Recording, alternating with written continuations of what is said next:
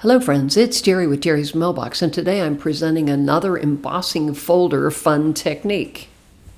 These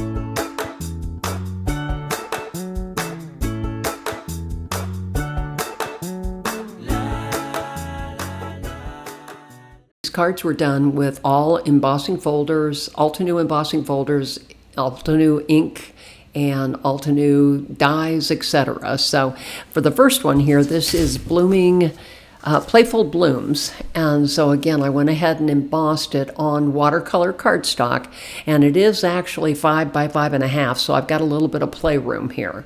So what I'm doing is I'm grabbing my tiny ink cubes, and again the ink cubes work much better if you're doing multiple colors on one embossing folder, and all I'm doing is just rubbing them flat over the top, the raised parts of the embossing folder.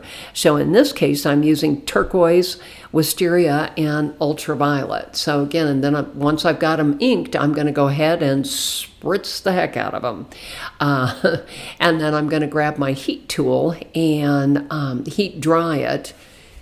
And again, you don't have to get it completely dry, but you want it pretty dry. This second one is actually the floating feathers, which I love feathers. I think they're just peacocks. I mean, peacock feathers. I love them.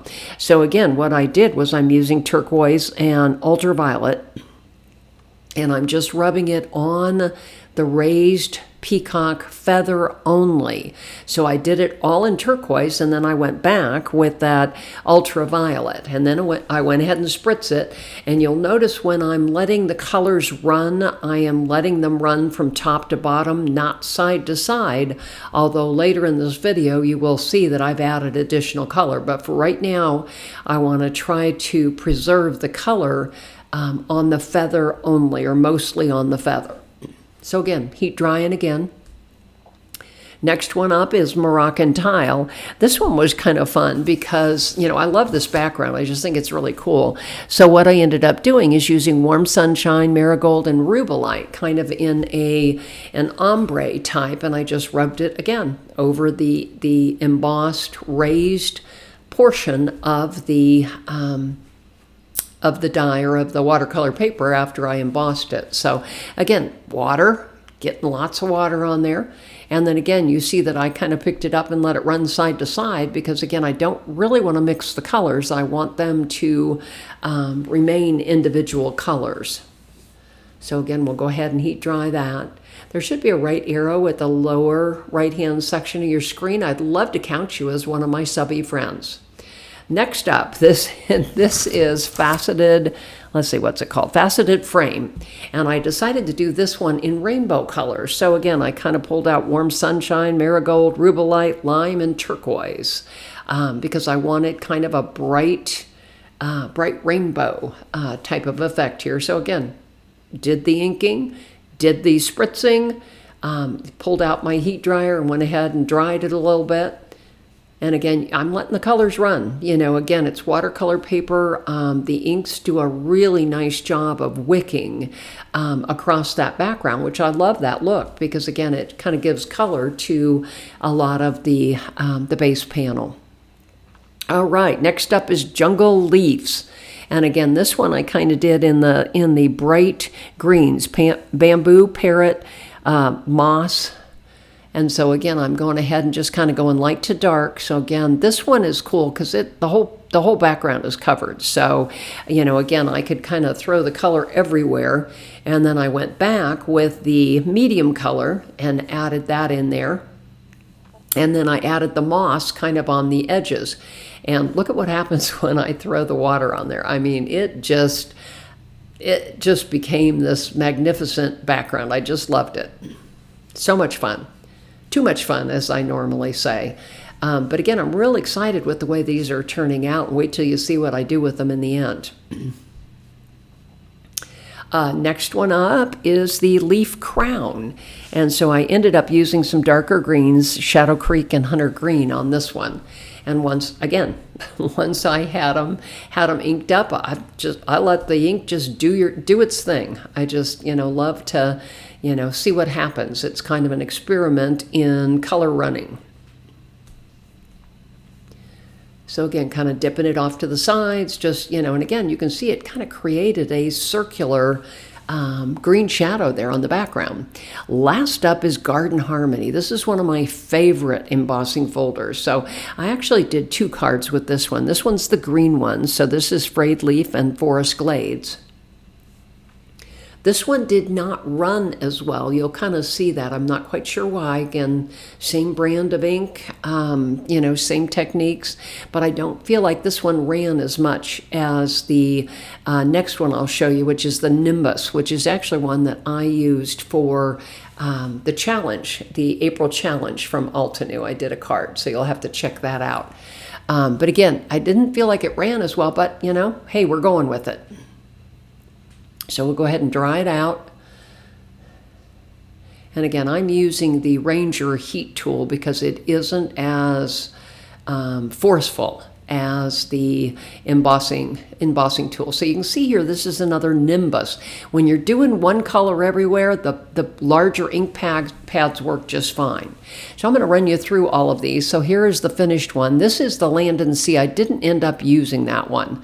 But again, these are all the dried backgrounds, and you can see how gorgeous they are. Just, so much color, so much depth. So I'm going to show you kind of how I embellish some of them. So I pulled that peacock feather, the floating feather, out here first, and went ahead and put the same colors on my craft mat. So that's turquoise and ultraviolet. And then I'm going to go ahead and use my brush to add the additional color and then blend it out to the side. So again, just kind of working here, adding the color. Just kind of brushing away here. Again, I didn't want to add a whole lot of color, but I wanted it to kind of, just kind of melt into the sides. So once I've got the turquoise on there, I ended up doing some splatters with the purple. And, I didn't really care that my paper was still wet. It kind of actually created an interesting effect on the background. Again, it kind of looked a little bit like it melted into the background. So I have some very clear spots, and then the rest of them are kind of melted into the background. Too cool, too cool. All right, so here is that blooming Playful Blooms. And so again, I'm using the same exact colors. These were kind of the first 2 I did when I had the ink on my craft mat. So I'm going ahead and just kind of adding, making it look like the colors bled out onto the entire background. And so again, some of these are larger. They're like 5 by 5.5. Some of them are actual A2 size. But with this one, I had a little bit of play with where I cut the blooms.